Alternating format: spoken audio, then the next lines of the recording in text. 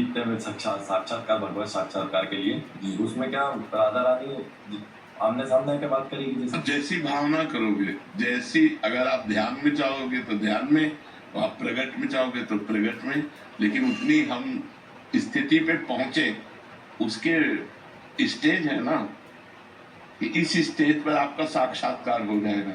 तो हम पहले साधन में लगे, पहले हमारी गंदी बातें छूटे, पाप आचरण छूटे, हमारे अंदर कोई कामना न रह जाए, हमारे ऊपर किसी द्वंद्व का प्रभाव न पड़े, मान सम्मान से हम ऊपर उठ जाए और खूब भजन करते हुए रोने लगे, प्रभु के लिए तड़पने लगे, विकल हो जाए। क्योंकि जैसा जाकी रही भावना जैसी प्रभु मूर्ति देखी तिन तैसी, जैसी भावना करोगे वैसे ही प्रभु आपको अनुभव में आ जाएंगे। ध्यान में तो ध्यान में, स्वप्न में तो स्वप्न में, जागृत में तो जागृत में, जैसा चाहोगे। क्योंकि आपके पास नाम रूपी धन एकत्रित हो गया। तो नाम ऐसा है जो नामी को अधीन कर लेता है। जैसे राधा नाम है तो किशोरी जी को अधीन कर लेता है, लालू को अधीन कर लेता है। सुमीर पवन सुत पावन नामू, अपने बस करी राखे रामू।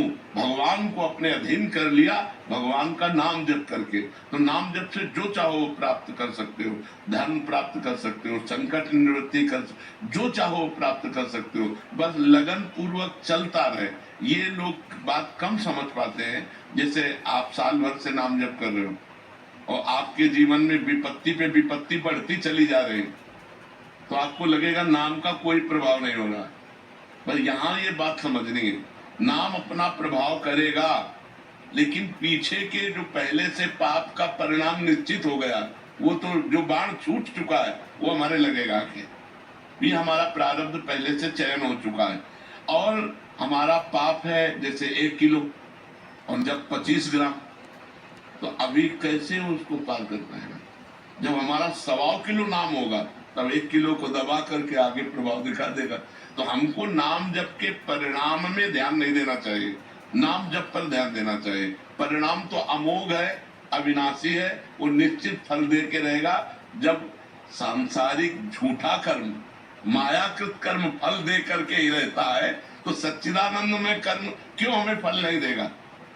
हम गाली दें तो ये हमें फल मिलेगा, इसका आज नहीं तो कल मिलेगा। और हम राम बोला तो इसका फल नहीं मिलेगा।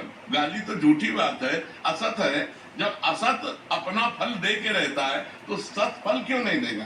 तो इसलिए हमें विश्वास रख करके खूब लंबे समय तक धैर्य पूर्वक नाम जप करना चाहिए, तब माया। अध्याय 14 श्लोक 6 के अनुसार सत्वगुण के 2 स्वरूप बताएं, शुद्ध सत्व और मलिन सत्व। महाराज जी, मलिन सत्व का उद्देश्य संसारिक भोग होता है। जैसे वैज्ञानिक नए नए आविष्कार करता है किंतु उसका उद्देश्य परमात्मा प्राप्ति न होकर ये मलिन सत्व। महाराज जी, मैं एक वैज्ञानिक हूँ, जानना चाहता हूँ कि हर एक वैज्ञानिक शोध प्रभु की प्रेरणा से जन कल्याण के लिए ही होता है। हम वैज्ञानिक तो केवल निमित्त मात्र है, परंतु हमें अर्थ की प्राप्ति तो होती है जो कि पारिवारिक जरूरतों की पूरी करना होता है। तो महाराज जी, ये वैज्ञानिक कार्य किसका है? यदि हम उसे भगवत भाव में ले लें, सारा खेल भाव का है।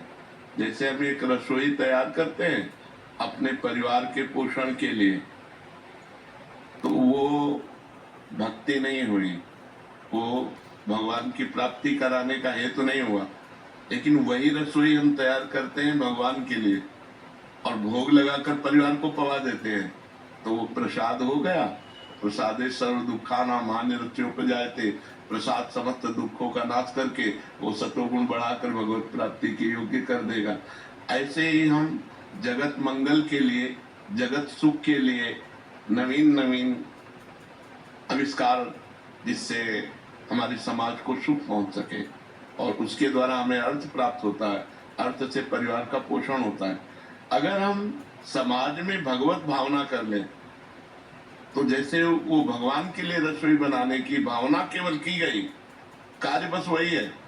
पहली थाल भगवान को भोग लगा दिया और सब मिला करके सबको पवा दिया और वो प्रसाद हो गया।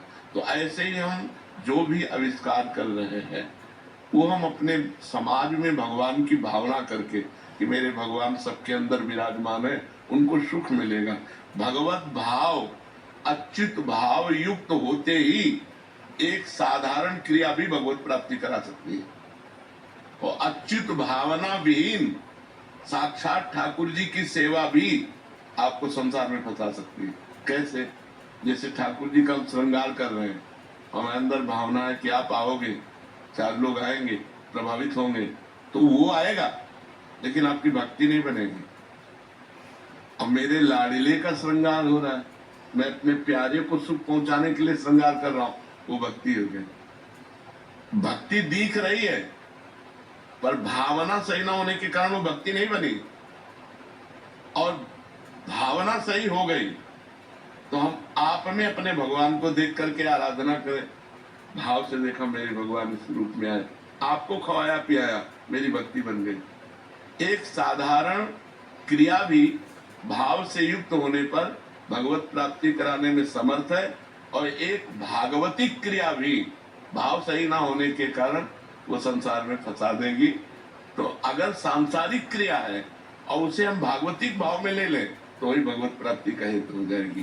तो नाम जप करते हुए सब में भगवत भावना करके जो हम आविष्कार करें, समाज रूपी जनार्दन रूपी भगवान की हम सेवा कर रहे हैं, तो इसी से शिव जी की कृपा से वृंदावन धाम आ रहा हूँ और आगे बताए हुए मार्ग पर चलने का भी प्रयास कर रहा हूँ।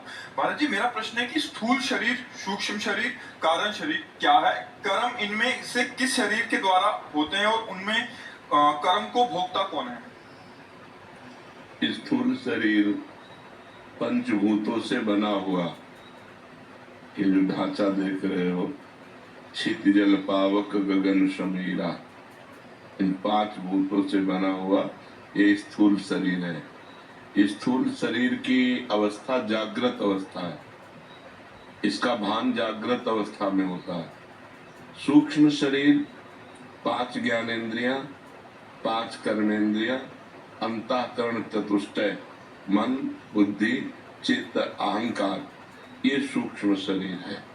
इसका भान स्वप्नावस्था में होता है, और इस स्थूल को चलाने वाला सूक्ष्म शरीर है, और सूक्ष्म शरीर को प्रभावित करने वाला कारण शरीर है। कारण शरीर स्वभाव की रचना करता है, जैसे राक्षसी स्वभाव, दैवी स्वभाव, अच्छा स्वभाव, बुरा स्वभाव, तो उसका प्रभाव अंतःकरण पे पड़ता है, और अंतःकरण में जो प्रभाव पड़ा तो सूक्ष्म शरीर के द्वारा स्थूल शरीर क्रियान्वित हो जाता है, वो वही अच्छा या बुरा आचरण कर बैठता है, और इसका भोक्ता होता है जो अहंकार है। अंतःकरण में जो अहंकार है उस पे जो आत्म तत्व का भ्रम हो गया है, वो ये भ्रम भोगता है। वैसे तो जो आत्म स्वरूप अजन्मा है, वो कर्ता और भोक्ता नहीं है, पर भ्रम से, जैसे अब आप भ्रम से अपने को पुरुष मान रहे, तो आपका स्वरूप ढक गया और आप अज्ञान में भ्रमित होकर के पूरा जीवन व्यतीत कर रहे हैं। आप न स्त्री है न पुरुष है, आप ब्रह्म स्वरूप है, आप आत्म स्वरूप है, आप भगवत स्वरूप है। ये साधना से जानना होता है।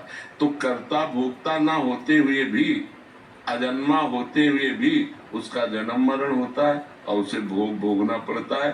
भ्रमात्मक, कैसे भ्रमात्मक? जैसे स्वप्न में कोई सिर काटे तो बिना जागे दुख दूर नहीं होता, जो सपने सिर काटे कोई, बिन जागे दुख दूर न हुई।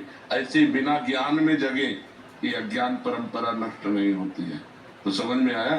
स्थूल, सूक्ष्म, कारण, और इन तीनों में अहंकार जो कर्ता भाव है, भोक्ता भाव है, अपनापन कर लिया, यही भ्रम ही बार बार जन्म मरण आत्मा को कराता है।